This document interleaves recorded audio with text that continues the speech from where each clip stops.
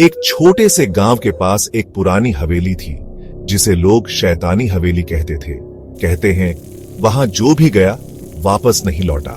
हवेली की दीवारों पर समय की मार और जंगल की बेलों ने उसे और डरावना बना दिया था। गांव के बुजुर्ग बताते थे कि कई साल पहले वहां एक धनी जमींदार रहता था जिसकी हत्या एक अज्ञात व्यक्ति ने कर दी थी। जमींदार की आत्मा बदला लेने के लिए हवेली में भटक रही थी।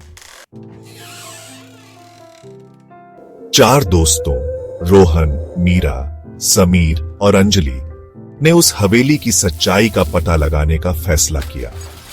रोहन को रहस्यमयी कहानियों में दिलचस्पी थी और मीरा को यकीन नहीं था कि भूत प्रेत जैसी कोई चीज होती है। सबने सोचा कि इसे एक मजाक के तौर पर लिया जाएगा।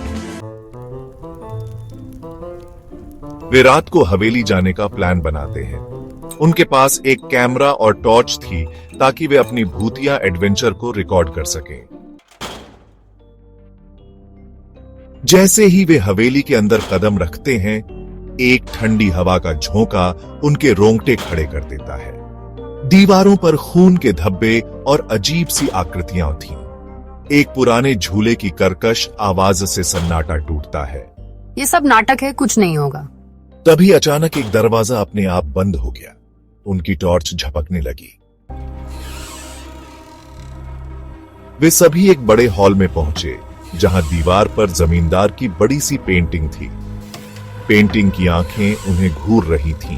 तभी समीर को लगा कि किसी ने उसके कंधे पर हाथ रखा। पीछे पलटने पर वहां कोई नहीं था। यहाँ से निकलो, कोई हमारा पीछा कर रहा है। लेकिन दरवाजे अपने आप लॉक हो गए।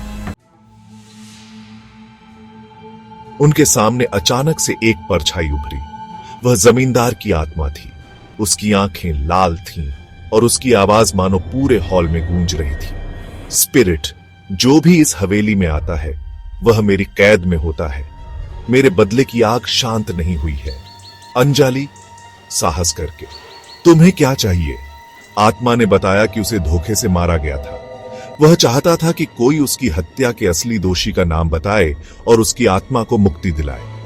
रोहन ने पेंटिंग के पीछे छुपे एक गुप्त दस्तावेज को ढूंढ निकाला।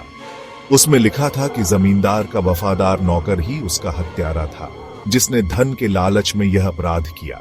दस्तावेज को हवेली के अंदर एक प्राचीन दीपक के नीचे जलाने से आत्मा को मुक्ति मिल सकती थी। समीर ने दीपक जलाया और दस्तावेज को जला दिया। आत्मा ने अपनी आंखें बंद की और गहरी आवाज में कहा, स्पिरिट, अब मैं आजाद हूं, धन्यवाद। और वह गायब हो गई।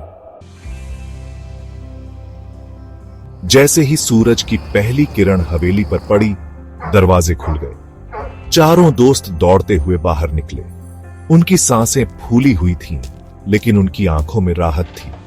उन्होंने तय किया कि अब वे ऐसी जगहों पर कभी नहीं जाएंगे और उन घटनाओं को अपने कैमरे पर रिकॉर्ड किया हुआ देखकर अपनी गलती का एहसास किया। क्या आपने कभी सोचा है कि एक पुरानी घड़ी में आत्मा का निवास हो सकता है? अगले हफ्ते सुनिए घड़ी का शाप। सब्सक्राइब कीजिए सुनेरा ज्ञान चैनल को और ऐसी ही डरावनी कहानियां सुनते रहिए।